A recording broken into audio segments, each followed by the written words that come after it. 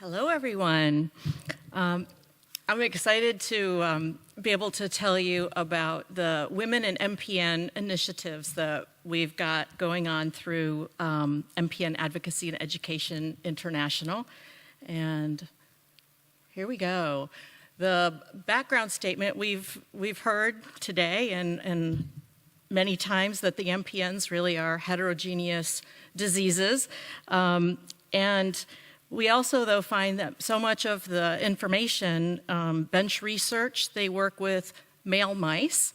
A lot of the trials until recently have had majority males in those trials.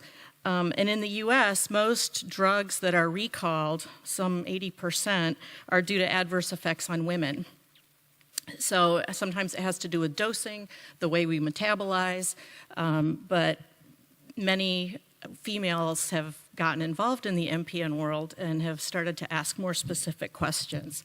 So our problem statement grew to be to achieve the highest quality patient care, greater analysis and awareness of the female experience is required across all medical disciplines for patients with ET, PV, or primary myelofibrosis. And the issues that we've identified as key are the gene expression and epigenetics, the symptom burden over time, and the patient symptom studies have certainly documented that there are differences, thrombosis, and female life events, things like puberty, menses, pregnancy, perimenopause, menopause.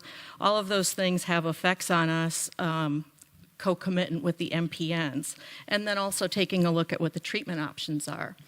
So we began this effort in 2013, and it really came about from a lot of questions and concerns that were coming from female patients. Many women report feeling dismissed when they raise their concerns to their local hematologists about a lot of quality of life symptoms. They get attributed to stress in their lives and also not treatment solutions. Being told, well, you just got to live with that because we're keeping your counts down. So sometimes there's a priority for something that's deemed medically necessary and quality of life symptoms that affect one's ability to work and be involved in community and family have not been addressed satisfactorily. And importantly with that, women oftentimes feel dismissed or not believed or belittled and don't always have the skill or confidence or energy to challenge a doctor to pursue more possibilities about what could be causing these challenges. So some of our challenges as well is that there's very limited published information. We saw some of the charts today that showed generalized information about the average or the median patient and men in their 60s. And we know that that's a median, but that doesn't help those that don't fall in that category. Experts are focused in on a lot of other issues, which are important, but there's also not much funding, and usually what gets funded gets done. What gets measured gets done. So there's been a lot of interest among patients in particular to try to generate some of that interest. And we've had some good successes.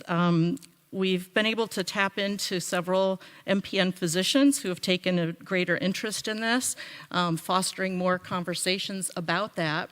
And we started that by trying to gather credible information and share that information. And so we do that in a few ways. There's, through our education and outreach, our website, we have Women in the Trenches. We've been having guest physicians write about various issues with a female experience.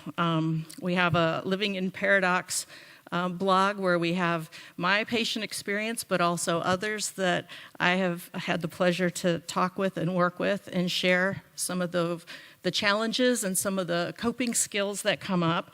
And then we have our Women in MPN conferences, which I'll talk about in a second, but that information is also available on our website and on our YouTube channel. So even if you're not able to attend an event, you can still get a hold of the information. In addition, Dr. Laura Michaels from the University of Wisconsin College of Medicine has done some study for us looking at the female patient experience. The thing that we're probably many people have heard about are the Women in MPN conference. We've done 3 of them. The first one was in 2015 in San Diego, California. Last year, we had one in New York City, and this last September, one was in Los Angeles. What we think makes these special is being able to have really engaging speakers that are not only knowledgeable, but are also passionate and sensitive to the needs and questions. Now, they're not female only. Men are certainly welcome to attend, and many do, but the focus of the discussion is how our MPNs affect the totality in terms of a female, not only physically, but the psychosocial dynamics, sexual dynamics, financial dynamics, et cetera. So we have an interactive program design. There's Q&A. Privacy is always respected for those conferences, so we like to take pictures, but we only show the speakers, not the patients. And we try to make sure we have healthy snacks. Our results so far is that so far, female patients have been very excited about getting some good information, leave feeling confident that they've got good information, that they're not alone, that they're not going crazy. The hematologists that we work with are really wonderful people, and they have shared that they are looking at these issues in different ways as well.